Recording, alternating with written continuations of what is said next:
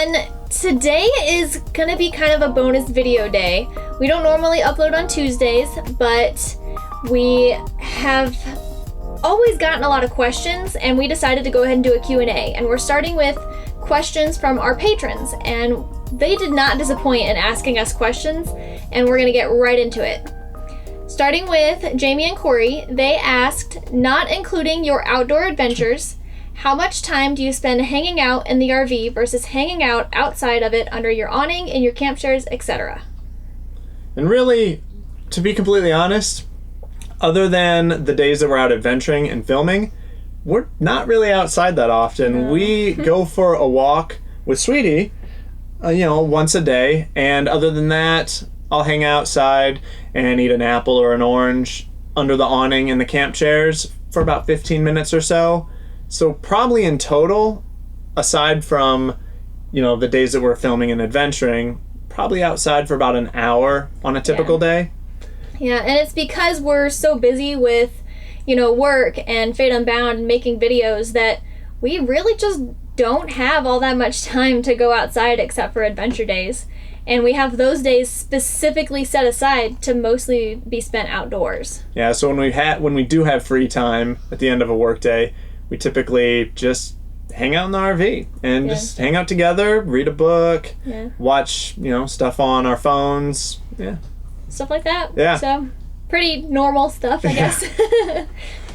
Jamie and Cory also asked, would you ever get a new cat and bunnies again, considering the space you have to work with? And to answer that question, it really varies on what type of RV we have in the future. We don't want any more pets right now. We have a dog, a cat, and 2 rabbits. That's enough right now. I think that we will always have at least a dog and a cat, unless we have a small RV, like a Class B or something, then I think we'll probably only have a cat. Yeah. But as long as our RV is at least the length of our current RV, I think we'll always have at least a dog and a cat. But I don't think, as long as we're traveling, I don't think we're ever going to have rabbits again. Yeah, and that's not to say that we don't love our rabbits, because we do. They have distinct personalities, they're adorable, and we love them. But it's really a space thing. Yeah. The rabbits take up more space than the dog and the cat combined. Yes. So if we had a larger RV, maybe we would have rabbits again, but in this size, or even slightly bigger than this size, they just take up too much room. Yeah. But if we ever settled down and got a house again, we would probably still have rabbits. Yeah. But as long as we're RVing, probably not gonna have rabbits again. Yeah. But our current rabbits are going nowhere. Yeah. They're not going anywhere. These are all part of the family. Absolutely. They're all part of the Fate Unbound adventure. So no one is going anywhere, but in the future, always a dog and a cat, and probably not rabbits again. Yeah. Andy asked, who handles the day-to-day duties? Cleaning the cat box, rabbit cage, sweeping, etc. Basically just managing all of the things you do in an average day. As far as tasks go, we have our chores set aside.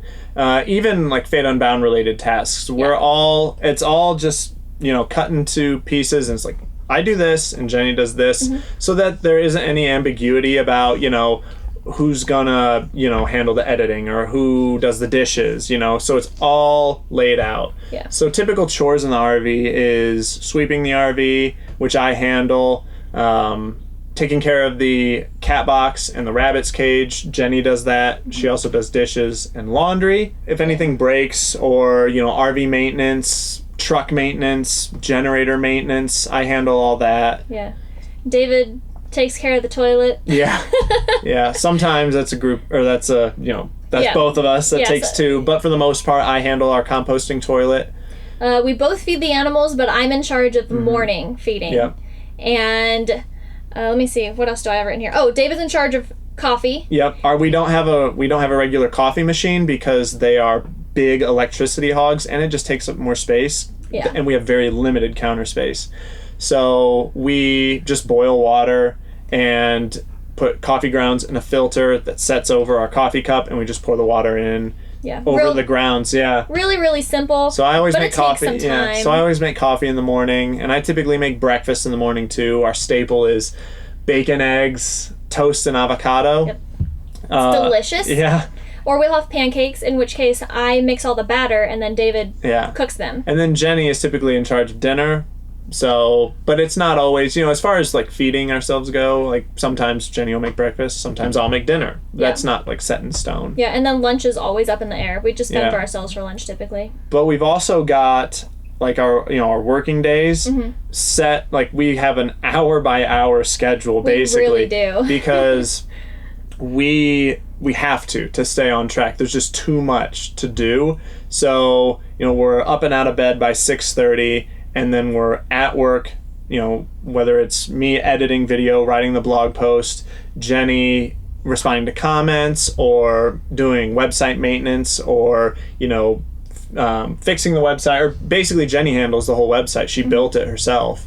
So we're doing that basically all day. And we do have a lunch hour in the middle of that where we, chill out, eat lunch. And then once the lunch hour's over, we get back to work. And then once we're done working for the day in the evening, that's when we take care of our chores. So we've got like an hour and a half set aside for chores. And then we eat dinner. And then after that, we have about 2 hours before bedtime that we just have to ourselves. And that's when we just do, basically hobby stuff, or just, we relax, read a book, watch shows on our phones, play games. Stuff like that. Yep. And that's basically every day. Our filming days are different. We, on a typical filming day, we want to be filming no later than 9. So it'll give us a few hours in the morning to get ready, do our hair, and just make sure that we have everything in the truck, like lunch packed and stuff, before we start filming and hit the road. And Melissa asked us, when you decide to go to places, do you plan a lot? What's your thought process on where you travel and how long you stay? How do you plan or decide?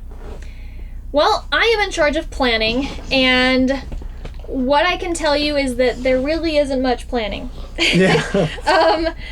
We don't plan more than 2 weeks at most in advance, and that's kind of pushing it too. We like to be flexible. In order to be flexible, we only plan about a week in advance. we used to plan out an entire month.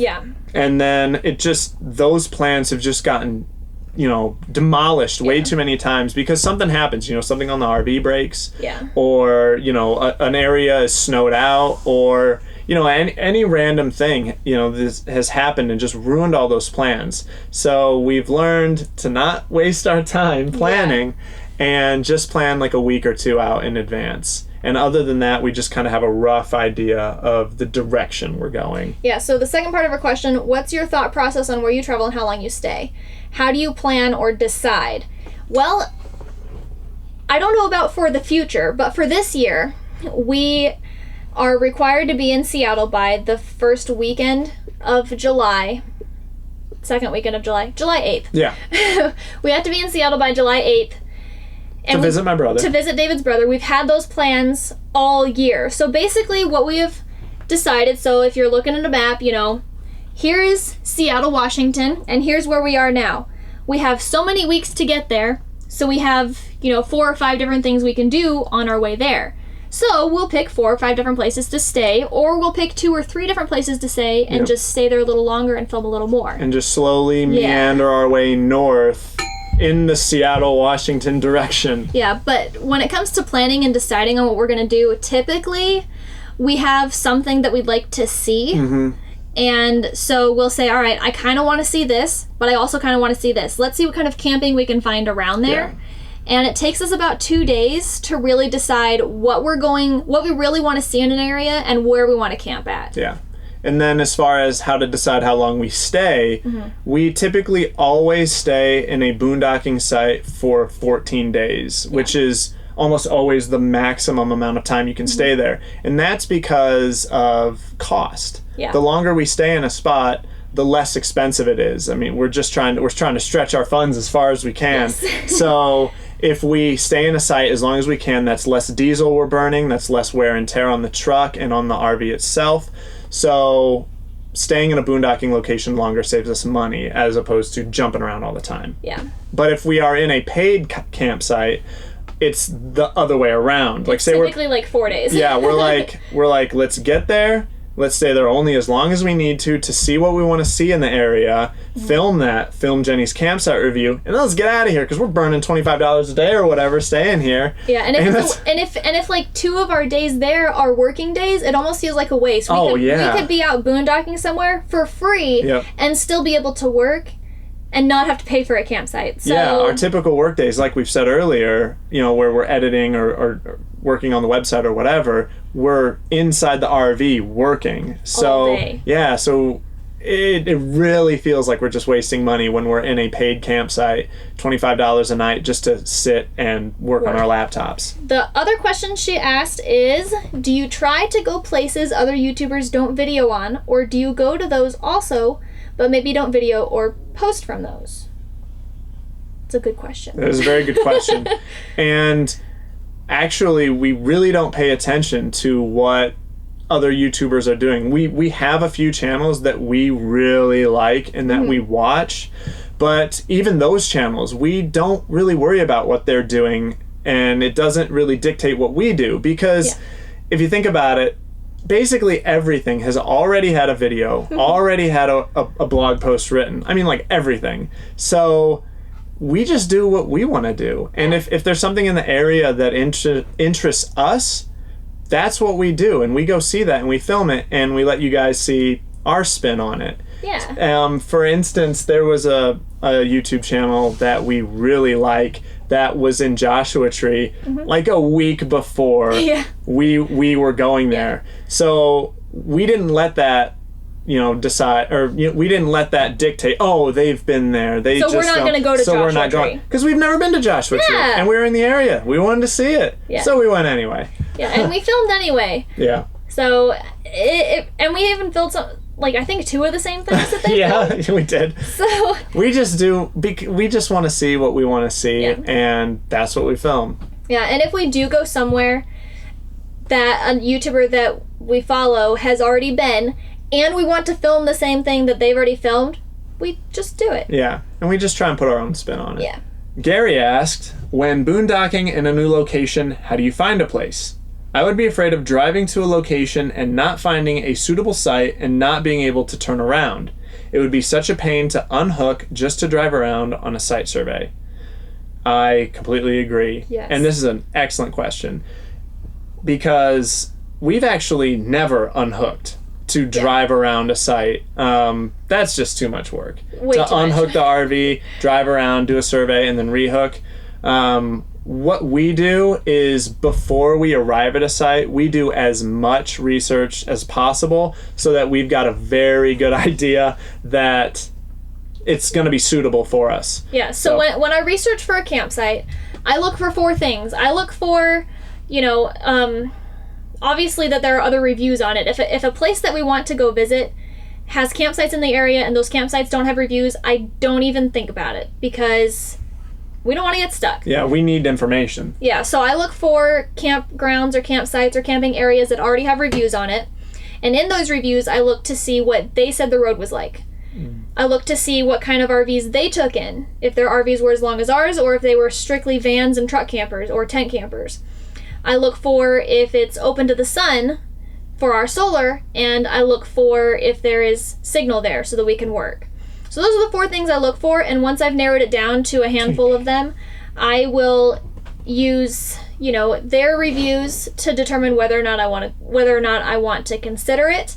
And then I will also use Google Satellite View to make sure that there is solar, so we can have sunshine while we're there. Well, we can get a pretty good idea about whether or not our RV can fit in the site based on how big it appears to be on Google Satellite View. Yeah, so we take all of that into consideration, and then I typically pick 2 places to stay. One that I really want to stay that may be a little harder to get to, and then one that I think might be a little easier to get to that we're also okay staying at. And what we do is we will arrive somewhere, and if we don't even want to drive down the road because it's too sketchy, then we'll just go to the other one. Yeah. But we've had plenty of times where we start to drive down a road because it looks fine going in, and then it starts to seem a little sketchy, so we'll just literally park in the middle of the road and get out and walk. Yeah, and we've done that a lot, where we just get out of the truck and we just walk down the road to make sure that we'll be able to pull the trailer through the road and that it doesn't get too bad. And we've learned that the hard way, that we need to do that because we've gotten stuck in the sand, truck and trailer, and because we didn't get out and look, and the sand was hard packed, and then all of a sudden it turned to soft. Yeah. So we just get out of the truck and we walk around and we make sure that we'll be able to pull our RV through it. Mark asked us, give us an update on your solar system, pros and cons. Should you have gone with more batteries or panels or both? How long do you need to run the generator to come back to 100%? And how much propane do we use? So first off, we absolutely love our solar system. We don't regret making that investment at all because it literally lets us boondock and dry camp anywhere. And if we have sun, we've got electricity. So we love our solar system. Pros and cons. Pros, obviously, it's after the initial investment, it's essentially free energy. And it is maintenance-free energy. So there's no gas you have to deal with. No, you don't have to do routine maintenance to the solar system. It just does what it does, and you don't have to mess with it. Cons is basically the initial investment is the con. Yeah. And the fact that you have to have open sky to still have electricity. So if you're camping under trees, you're not going to have solar power, and you're going to need to pull out the generator. Should we have gone with more batteries or panels or both? We're actually pretty happy with the amount of panels we have and the amount of batteries. Would more be great? Yes. Yeah, sure, why not? Of course. Yeah, because then we'd be... Because there does come sometimes where we're like, okay, we're getting low, we need to, start conserving. That doesn't happen very often, but if we get a string of cloudy days in a row and we're also in the RV multiple days in a row, that can happen and we have to pull the generator out. But with that said, I don't think we really need more panels or need more batteries, to really justify the extra expense that it would take to purchase them. So I think we're good with what we have for now. And we've also got an inverter generator as backup if we need to charge up. And that leads into his next question, which is... how long do you need to run the generator? How long do you need to run the generator to come back up to 100%? So we'll typically pull the generator out when we get to 30% battery, just because the further you discharge lithium batteries, well, any battery really, the further you discharge it, the less cycles you get out of those batteries. And lithium batteries are very expensive, so we take care of them. And so we'll charge them with the generator when we get to about 30%. And to get back up to 100, we haven't actually tested this. We haven't tested it, but it would probably take about 8 hours to get back to 100%. But that's if it's completely cloudy and our solar panels aren't bringing in anything to help the generator also charge the batteries. It's straight just generator charging. And we've actually never used the generator to charge back up to 100% because we hate running our generator. It's noisy. It's even an inverter generator, but still, even if you've got it as far away from the RV as you can, you still hear that when we're used to dead silence. You're out in the middle of the national forest, in the middle of the desert, it's quiet.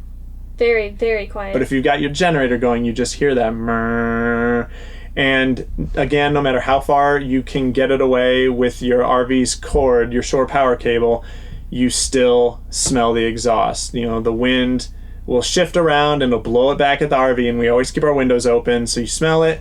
And then you got to deal with gasoline too, and you got to deal with changing the oil and blah, blah, blah. We just hate running the generator. We love our solar, so we run it as little as possible. So we only run the generator as long as we need to feel comfortable with the state of charge that it brings our batteries back up to.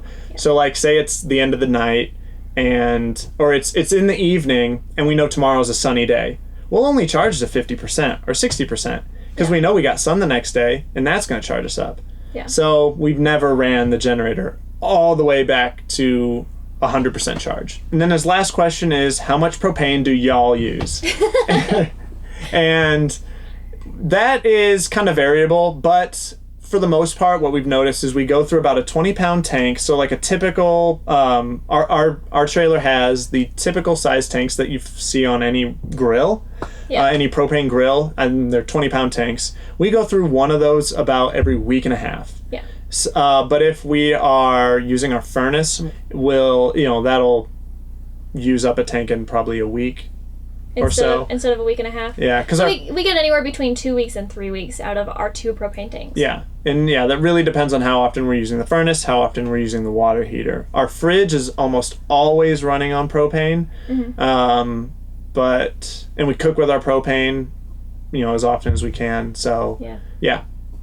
About a week and a half for a tank. Yeah. Then Jane asks, if you were to RV through any other continent, what would it be, and which countries in particular? So the problem with this question is that Jenny and I have never been outside of the United States. We don't even have passports. No. So, I mean, like we said before, we only plan our travels out a week to maybe 2 weeks at a time. Yeah. So, thinking that far into the future... who knows? We have no idea. Who knows where we'll be in 5 years, 10 years, 20 years? I mean, we might be overseas, but we don't know. In the past year, we've brought this up a couple times, but we've probably only spent 10 minutes total. Yeah. Because it's typically in a whole year. Yeah. It's typically you think we'll ever travel overseas? Oh, yeah, maybe. Oh, okay. And that's it. And that's about it. Yeah. However, we did talk about this a little bit because we're thinking, where would we go if we went to a different continent? And we were thinking, we have, I think, 3 different ones picked out. I think we'd probably go to Europe, Japan, and Australia. Japan's not a continent. Asia? If there were countries that we chose, it would probably be Britain or Germany, Australia, or Japan. That's kind of certainly Canada. Yeah. Probably that'd probably be the first other country we'd go visit. Yeah, we might go to Canada sometime. Relatively soon, within the next year or two. Yeah. Just because it's so easy to drive to. Yeah. But as far as overseas go, probably those other 4 countries, with England probably being the top choice, just to kind of get our feet wet, because they speak the same language we do, so it's like a baby step into traveling the world. But it's not as far away as the rest. Yeah, I don't think. But both of us have basically done 0 traveling. I mean, Jenny's a little better traveled than I am. Before we hit the road, I had gone nowhere. So we have a lot left to see in America. Let alone overseas. So we're going to be in the United States for quite a while still. Yeah. We're pretty sure. Yeah. Our last question is from Sue. She asks, where do you give Sweetie a bath? Do you use your fresh water? Seems like that would take so much water to bathe her. I was just curious how you deal with that while boondocking. Basically, we don't. Yeah. We really don't bathe Sweetie while we're boondocking because, yes, it would take a lot of fresh water, but more so because she's a big dog and our bathtub is tiny. Yeah. So it's not really big enough to bathe her in. And not only that, but our water pressure isn't enough to get that water down into her double coat. Yeah. Rottweilers have a double coat. So if you're not actually bathing her in a bath, or you don't have a good shower head, then you're just not going to saturate her hair. And on top of that, I don't know if this is a Rottweiler thing or if it's a Sweetie thing, but she really doesn't smell at all. I mean, she smells really good, unless she gets muddy or something. But what we do is when we are somewhere staying with someone, like when we were visiting family, we take that opportunity to give her a bath. Because, who knows how long it's going to be to the next time we have this opportunity. It's probably going to be another 3 months or so. So we bathe her then. And if she needs a bath while we're boondocking, say she gets muddy or she does start to stink. Because she went in the water where the water smells like fish? Yeah, which did happen while we were at Lake Mead. We take her to PetSmart and get her washed, or get her...